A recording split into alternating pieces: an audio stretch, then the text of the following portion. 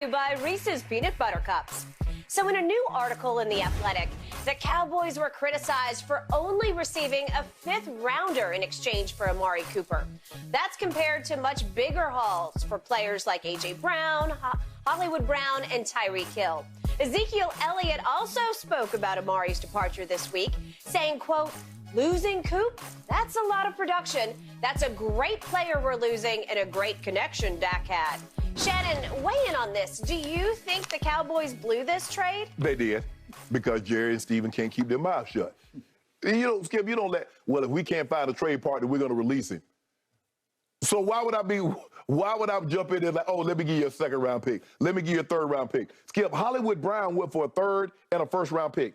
Devontae Parker went for a third-round pick. A.J. Brown went for a first and a third. Amari Cooper went for a 6th-rounder. I mean, just keep on keeping on, because Tyreek went for a first, a second, a fourth, and a sixth. Like it's like a king's ransom. Exactly. And then who was the other one? Devontae Adams, first and third. You mentioned A.J. Look what the Lions did in the draft. They traded 2 high second-round picks to move all the way up to 12 to take Jamison Williams. Yeah. Well, that's a lot of capital that you just traded for a kid that you're not totally sure about. Since Amari arrived in Dallas, he's 7th in catches, 9th in yards, 9th in touchdowns. Here's something, Skip, I bet a lot of people didn't know. Over the last 3 seasons, Michael Gallup and C.D. Lamb are 2 and 3 in drops of the 42 wide receivers with at least 150 catches. They're 2nd and 3rd in drops. Those are the guys that you're counting on. C.D. Lamb and Michael Gallup are 2-3 in drops of the 42 receivers with at least 150 catches. That's very interesting. I get it, Skip. Dak Prescott should have sent Amari Cooper a thank you, a bouquet of flowers, and brought him whatever car he wanted. Dak Prescott is not getting that contract without Amari Cooper. No, I agree.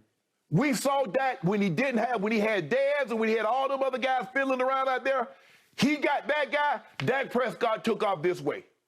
End of 2018, he did. And he's going to miss that. Skip, I get it. He doesn't play on the road. It doesn't seem like he has a burning desire or passion. He just seems like a guy, let me go do my job, and then I'm going home.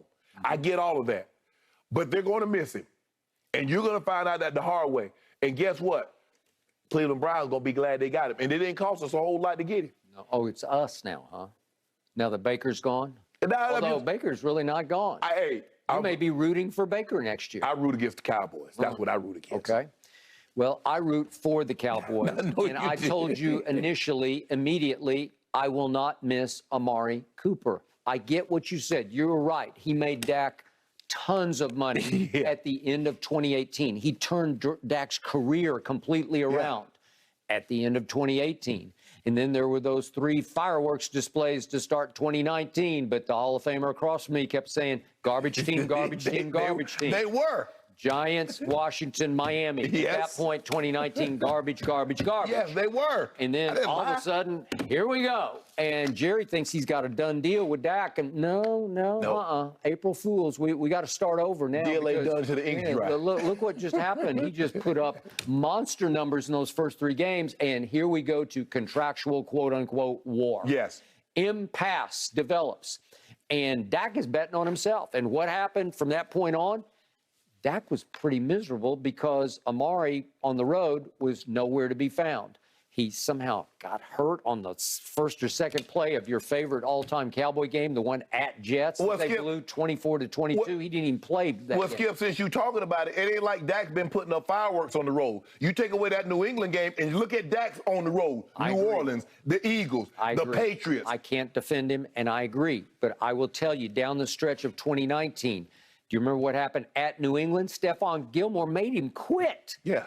What receiver that Jerry was about to pay $20 million to quits on the road against Stephon Gilmore? Well, it wasn't like literally, he took himself out of the game and put the long coat on and stood over there and said, I just can't get open. Well, it wasn't like Dak was throwing darts. Okay. Had the man jumping all on the ground like he was trying to build snow angels. Okay, well, I agree with that.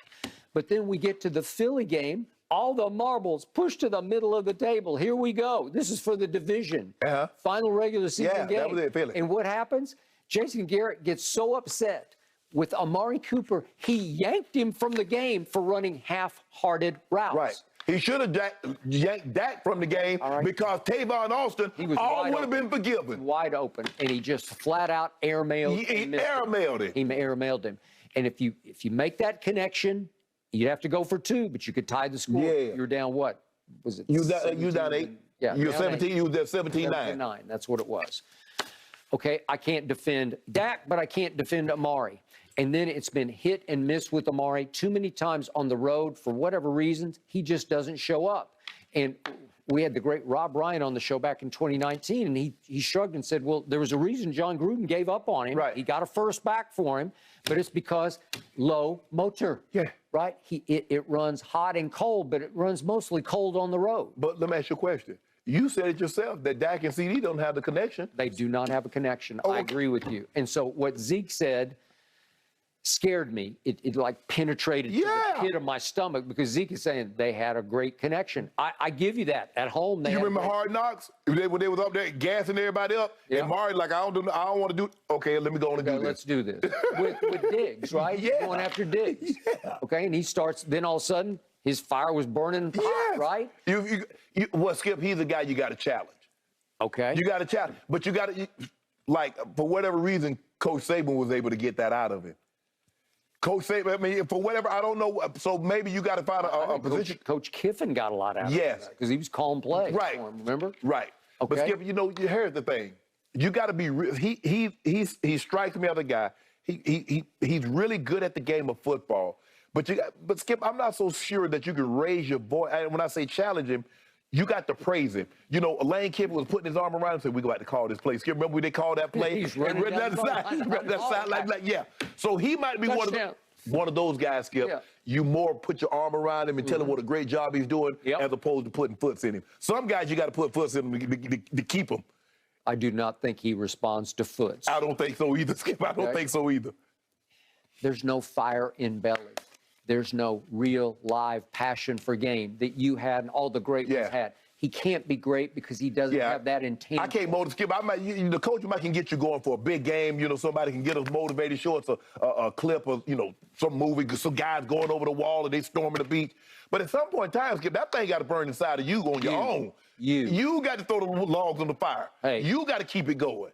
Every one of those busts up in that Canton Hall of Fame, they motivated themselves. Yeah, that ain't no coach speak. Okay, I got it. So Jerry got scared that Washington was going to sign Amari, and he gave him $20 million and immediately regretted it because he doesn't live up to it. He doesn't produce up to it. But the scary part is Dak loved him. Right. And Dak had a vibe with him and a sort of a spiritual connection on his route running because Amari can flat out run routes with anybody.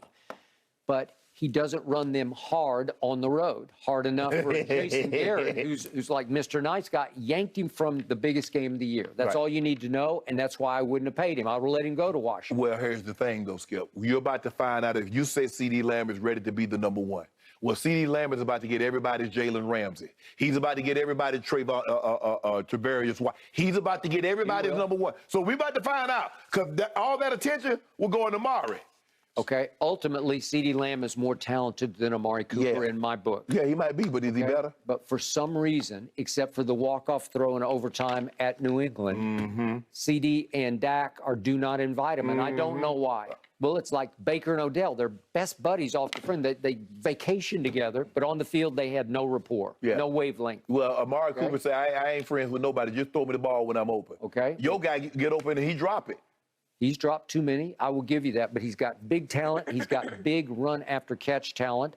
And the more, listen, I'll be the first to admit, I did not watch Jalen Tolbert one down at South Alabama. I don't know him. But everything I read about him, high praise. Even though Mel Kiper had him only ranked 14th best receiver, I think he's pretty good. And I like the way he's talking, even though he said, I'm going to go down there and help change the culture. You have no idea what you're talking about because it's unchangeable. Exactly. But the point is, I think they got a pretty good third-round pick receiver who will be a Gallup-like number 2 to CD, and Gallup will be Well, he might need to be Gallup number 2 because Gallup probably going to miss some time to start the season. He probably is. So you may have to insert him in the starting lineup. I wish you were a slot receiver. I wish you were more of a Cedric Wilson, Watch Amari, Sky Moore type. Watch Amari in Cleveland. Yep. You think he's going to light it up? Yep. Catching passes from Baker Mayfield. Hey, you'll catch no pass from Baker Mayfield. You're going to have to root for Baker as a Brown this year. No, that's not going to happen. I'm sorry. Okay. Here we go. Well, gentlemen, we saw Amari Cooper on the practice field for the Browns earlier this week, and he was wearing a new number. He'll be sporting number 2 this season. We'll see if the change of scenery does him any good. All right, did the Nets just get more bad news about Ben Simmons? Shocker. Skip and Shannon react to the latest. Coming up next.